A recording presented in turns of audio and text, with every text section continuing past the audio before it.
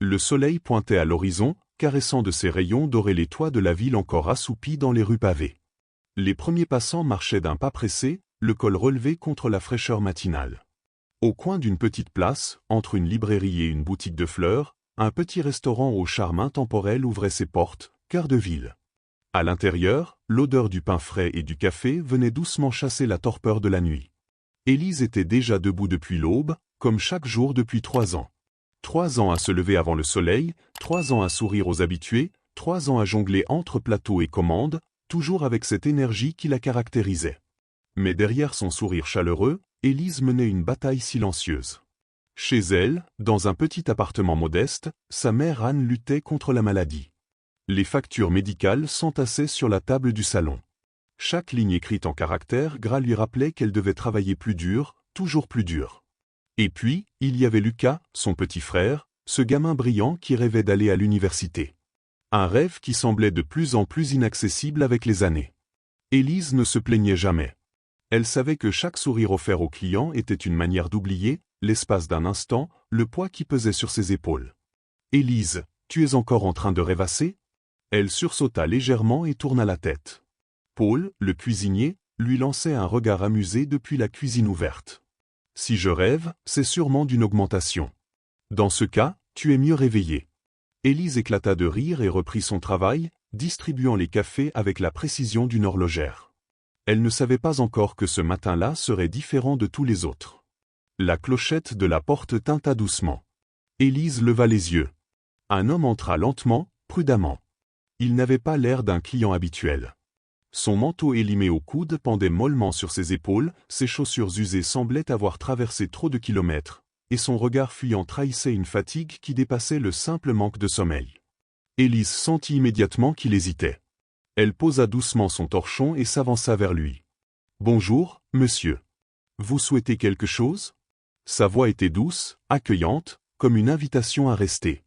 L'homme releva légèrement la tête et hocha timidement la tête. Il fouilla dans sa poche et en sortit un vieux portefeuille fatigué par le temps. Il compta soigneusement quelques pièces qu'il aligna sur le comptoir. Pas assez. Élise le sut en un coup d'œil. L'homme le savait aussi.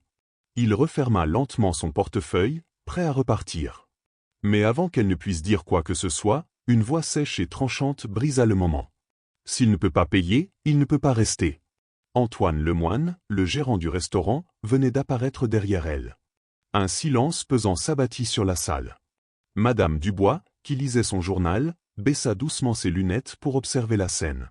Paul et Sophie, depuis la cuisine, jetèrent un regard inquiet à Élise. L'homme baissa la tête, honteux. Il fit un pas en arrière. Il allait partir. Élise ne réfléchit pas. Elle attrapa une tasse en porcelaine, versa du café chaud et la posa devant lui. « C'est pour moi. » L'homme resta figé. Il observa la tasse, puis Élise, comme si un simple café pouvait être un miracle. « Je ne peux pas accepter, » murmura-t-il, la voix tremblante. « Bien sûr que si. Tout le monde mérite un café chaud. » L'homme enroula ses mains autour de la tasse et ferma les yeux un instant. Comme si la chaleur du liquide lui redonnait un peu de dignité. « Merci. » Un simple mot, mais chargé de tant de choses. Mais la voix glaciale d'Antoine brisa la magie. « Élise, qu'est-ce que tu crois faire ?» Élise se redressa lentement. « Ce n'était qu'un café, Antoine. Il en avait besoin.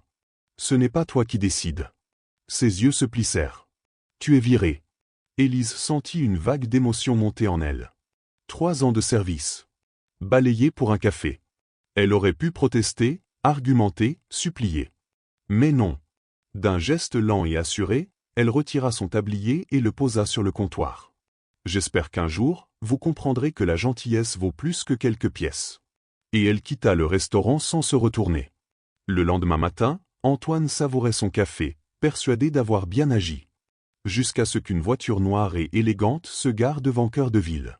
Quand la portière s'ouvrit, Antoine pâlit. L'homme de la veille en descendit, mais cette fois, il portait un costume impeccable. Il entra dans le restaurant d'un pas assuré. « Je peux savoir pourquoi vous avez viré votre meilleur employé ?» Antoine ouvrit la bouche, mais aucun son n'en sortit.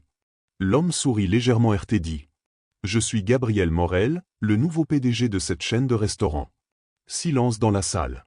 Antoine devint livide. « Je ne savais pas, balbutia-t-il. » Mais ce n'était pas à lui que Gabriel s'adressait. Il se tourna vers Paul. Où est Élise? Quand Gabriel et Paul retrouvèrent Élise chez elle, elle crut d'abord à une erreur. Gabriel Morel lui tendit une enveloppe. Tu récupères ton poste.